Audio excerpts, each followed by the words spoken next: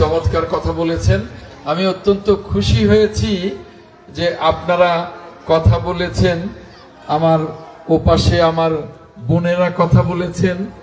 আমি এটাই প্রত্যাশা করি, আমি আপনাদেরকে নিয়ে সবসময় যে সভাগুলো করব তাতে আপনাদের কথা শুনবো, তাতে করে আপনারা যেভাবে কথা বলবেন আপনাদের পরামর্শ মোতাবেক কাজ করলে সেই কাজ হবে যথাযথ, আমি সেটা মনে করি।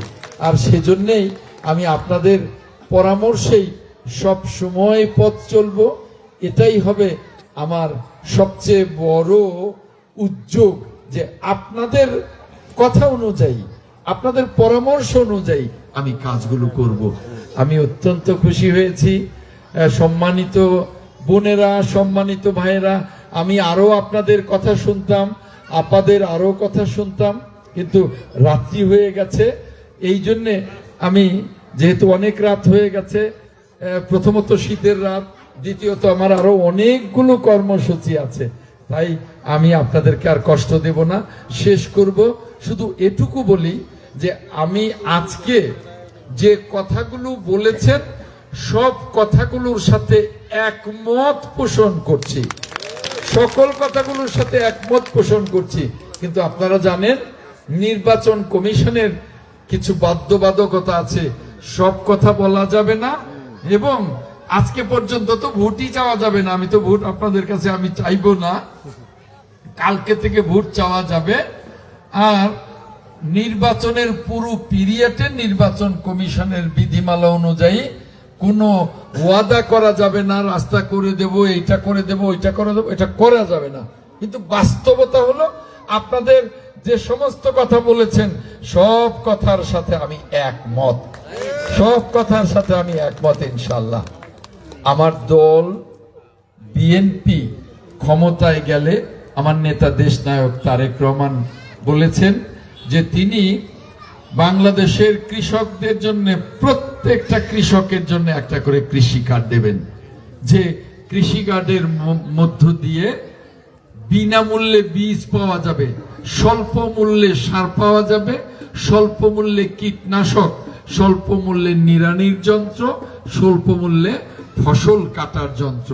তাহলে কৃষকের জন্য সুবিধা হবে কিনা বলুন?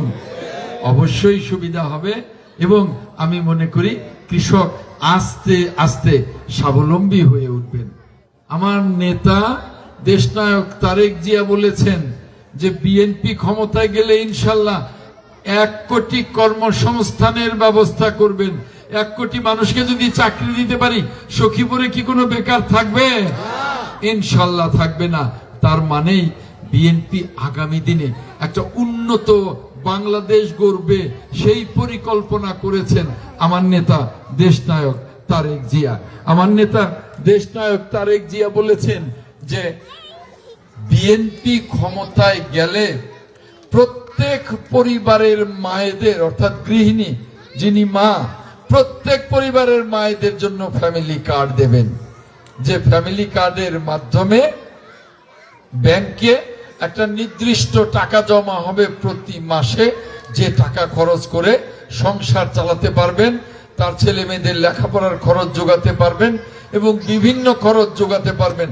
তাহলে ওই ফ্যামিলি কার্ড যদি পাওয়া যায়, আমার মায়েদের সংসার কি সচ্ছল হবে না? নিশ্চিন্তভাবে সচ্ছল হয়ে উঠবে।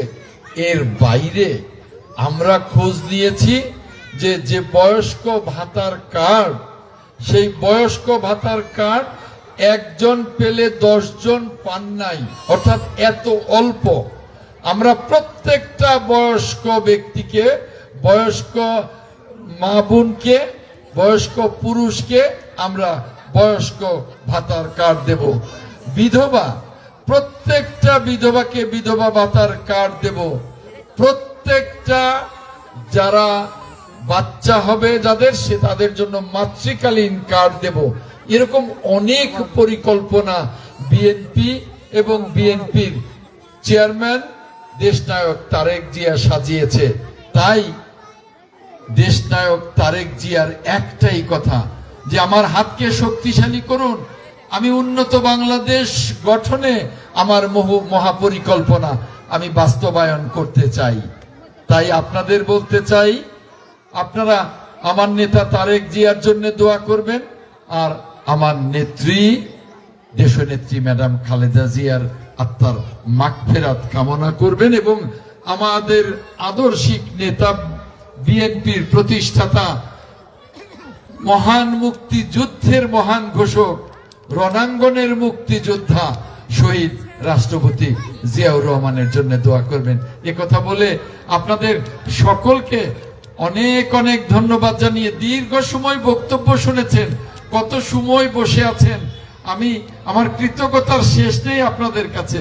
আপনাদেরকে অনেক ধন্যবাদ জানিয়ে, আমার ভাইয়েরা রাত অনেক হয়ে গেছে, আপনারা বসে আছেন, এই যে ভালোবাসা, এই যে আপনাদের অপেক্ষা, এই যে দলকে আপনাদের সমর্থন, এই যে ম্যাডাম খালেদা জিয়াকে দোয়া করবার জন্য আপনাদের অপেক্ষা, কোনো দিন ভুলবো না। আপনাদের কাছে আমার অনেক অনেক অনেক অনেক কৃতজ্ঞতা, অনেক অনেক